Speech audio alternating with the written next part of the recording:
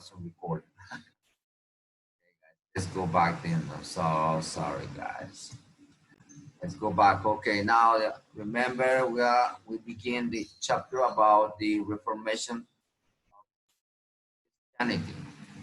Okay, now by the late Renaissance, some people have begun to complain about problems in Catholic Church. They call on church leaders to erase corruption. There were a lot of corruption in that institution. Focus on religion. Eventually, their cause led to a reform movement of Western Christianity called Reformation. That was a movement. Unpopular church practices. The reformers, the people who moved this Reformation, who was leading this Reformation, who wanted to change and improve the church, had many complaints. They criticized the behavior of priests, bishops, and popes, as well as church practices. Many thought that church had grown too much money, so they were rich. And why? Because why was that? Because they had that privilege that they didn't had to pay taxes to the king. It was one of the rich institutions in Europe because it didn't have to pay taxes. Everybody needed to pay taxes, but the Catholic Church, they did not have to pay any tax. For many people, the worst problem were the method of church used to raise money. One common method the church used to raise money was the sale of indulgences. La venta de las indulgencias. Te perdono lo que hiciste si me pagas tanto. Imagínense.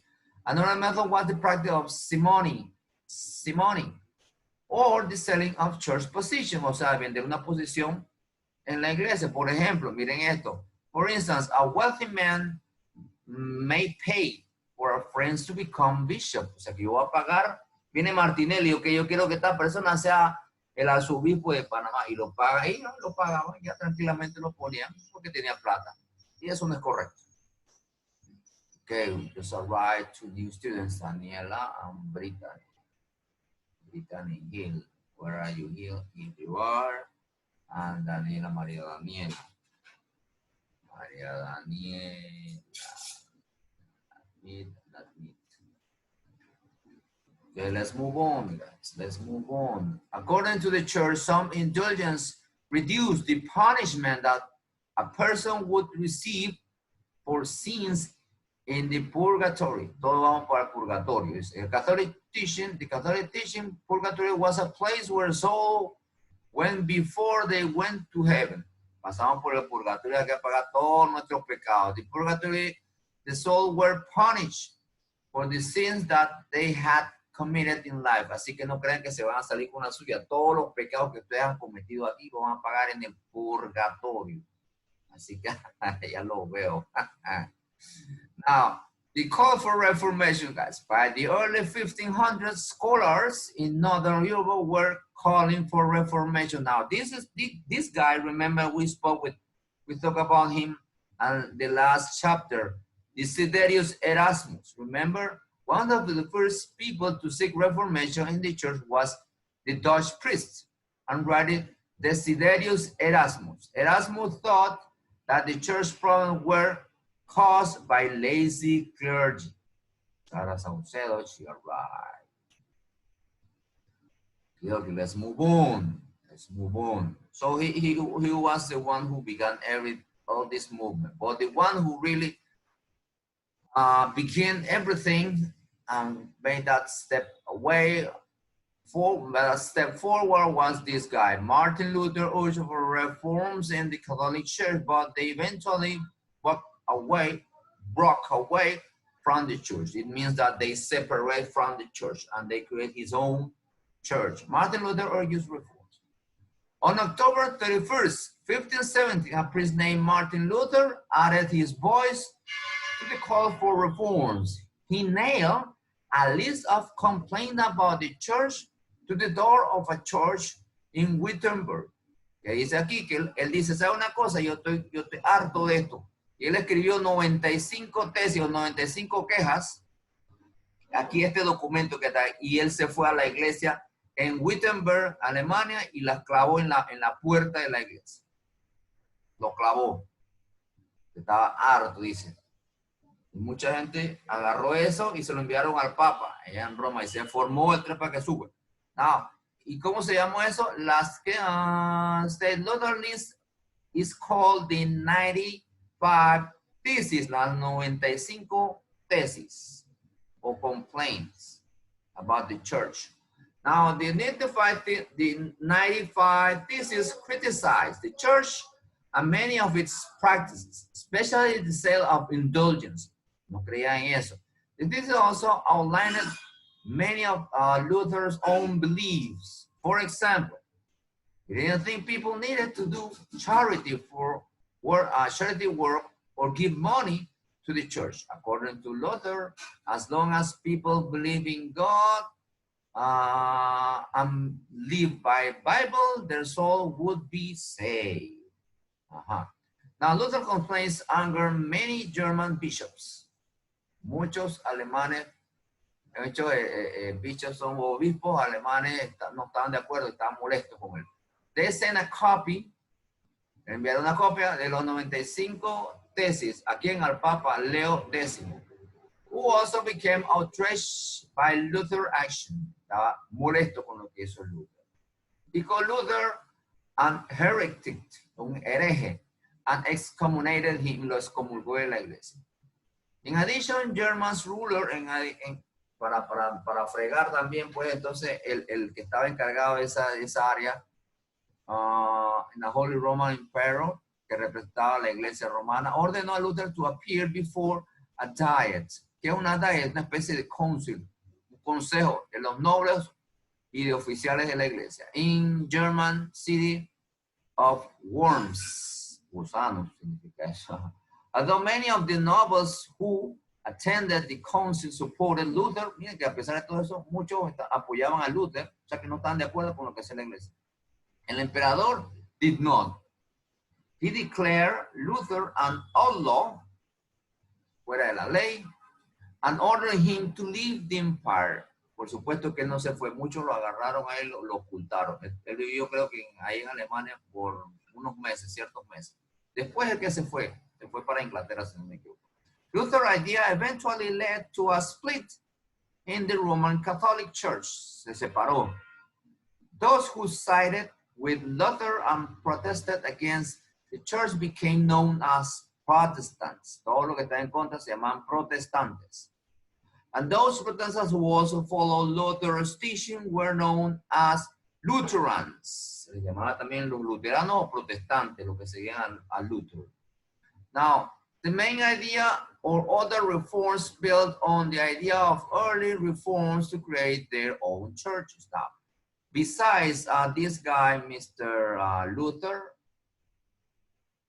Martin Luther, there are some others who also continue with this Reformation. Another important reform was William Tyndale in England, an English professor.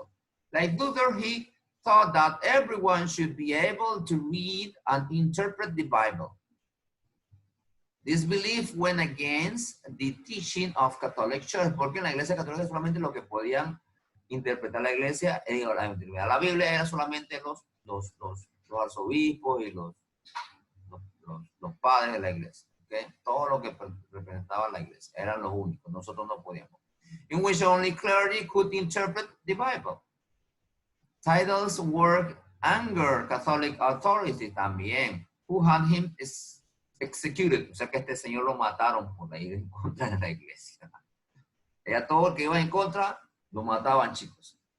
A more influential reformer than Tyndale was John Calvin. Ajá, aquí aparece John Calvin. One of Calvin's main teaching was predestination. The idea that God knew who would be saved even before they were born. Vaya la vida. Nothing people did during their life would change God's plan. O sea que ya está destinado, nada lo podía cambiar.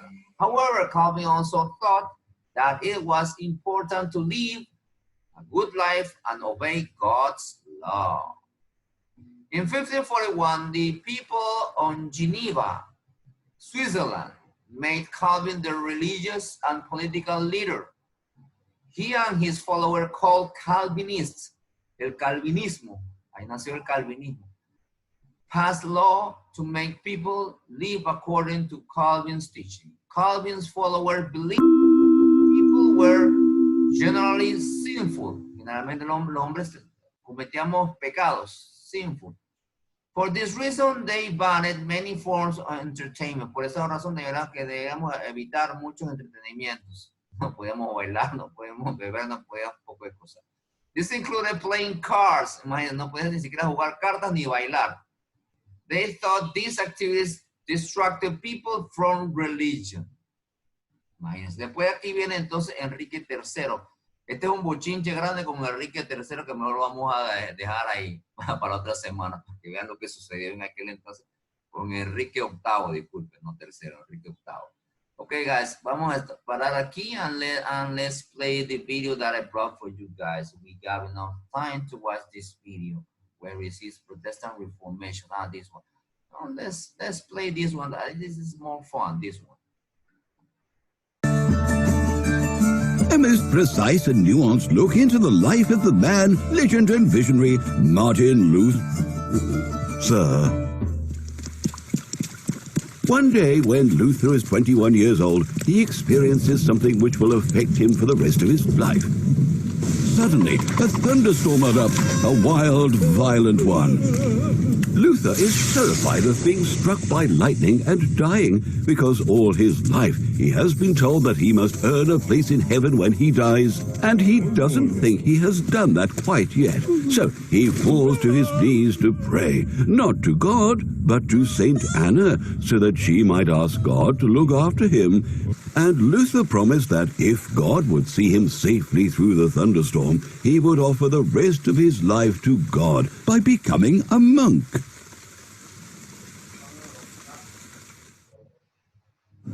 Luther cannot understand it if God's intention is really for poor people to spend all their money buying their way out of punishment so they can go to heaven.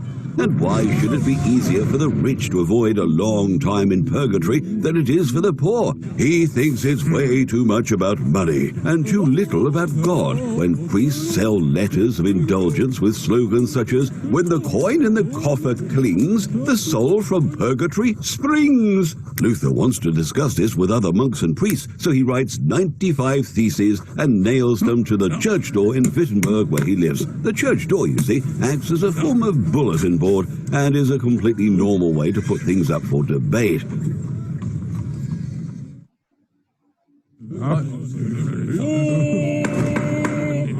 Luther is allowed to defend himself at a trial in the city of Worms.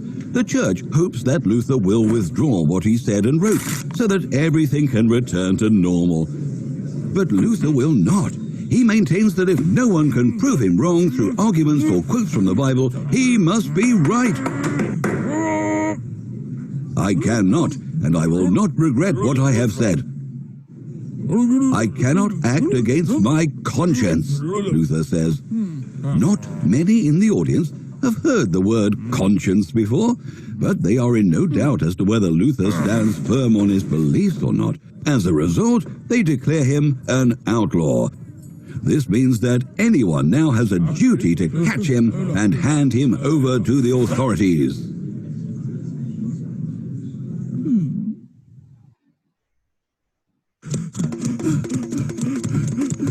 After Luther has been outlawed, he is forced to hide. He hides in his friend Elector Frederick's castle, Wartburg.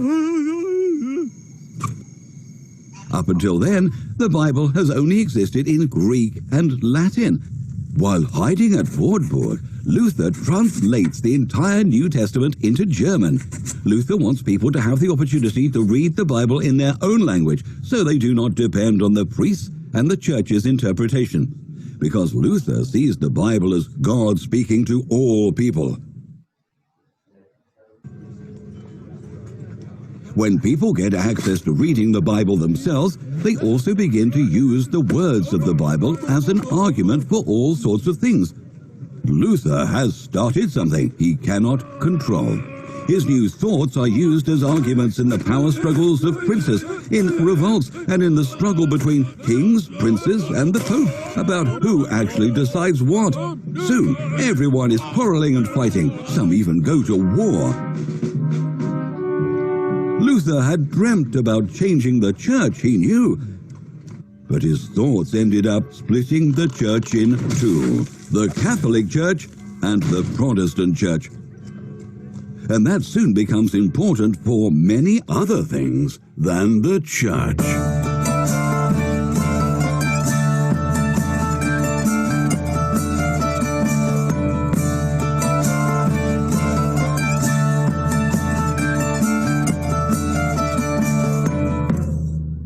Okay, now let's see the other one, guys. This is the one. This one. Stop this. This talks about Protestant Reformation. Explain how.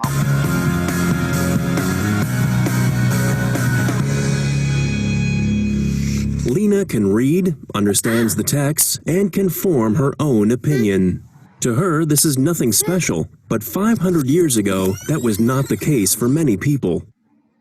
Back then, Germany and other parts of Europe were divided up quite differently, both politically and geographically. They were ruled by emperors, kings, princes, and the Roman Catholic Church. There was not yet a Protestant church at the time. These mainly told the people what to believe in and how they should live. The church had something, well, how should we put it, to offer sinful people. For example, they sold letters of indulgence.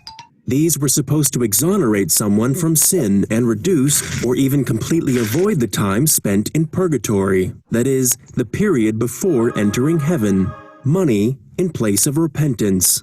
And indeed, they could be bought for deceased relatives too. The church used the money to finance the construction of St. Peter's Basilica, for example, and to plug up financial gaps. Not everyone agreed with this. A German theologian by the name of Martin Luther criticized this misuse of indulgence. According to traditions, he was said to have published 95 theses on that issue on October 31st, 1517. He listed reasons that things should be about belief alone, about repentance and God's grace, and not about making money and the church as an institution. How his theses were acknowledged is not known exactly today, but one thing is clear: Luther wrote history, and he heralded a Reformation. Thanks to the newly developed book printing technology, Luther's writings spread quickly and he gained followers, which the church did not exactly like that much. It was a turbulent time for Luther. He was excluded, accused, and pursued. Away from the public eye, at the Wartburg Castle in the German town of Eisenach, he continued to write using the alias Knight George. It was there that he also translated the New Testament from Greek, Hebrew, and sometimes Latin into German. This is how he made it possible for many people to read the Bible and to think for themselves. Education and freedom were the most important topics of the Reformation. However, it was not only a religious matter. In his writings about the Reformation, Luther also addressed those who were dissatisfied with the political and social order, such as farmers, who suffered due to taxes and serfdom. They now demanded justice from those who ruled over them. The institution of the Catholic Church was shaken by this, and a new Protestant church was founded, even if this had not been Luther's intention at all. Over the course of decades, the prevailing common order of church and state gradually dissolved. The selling of indulgences has been prohibited in the Catholic Church since 1562 as well. Lena now knows why October 31st is marked in her calendar as Reformation Day. Protestants commemorate the publication of Martin Luther's theses on this day, along with the start of a Reformation, which stands for freedom, justice, education, and social equality.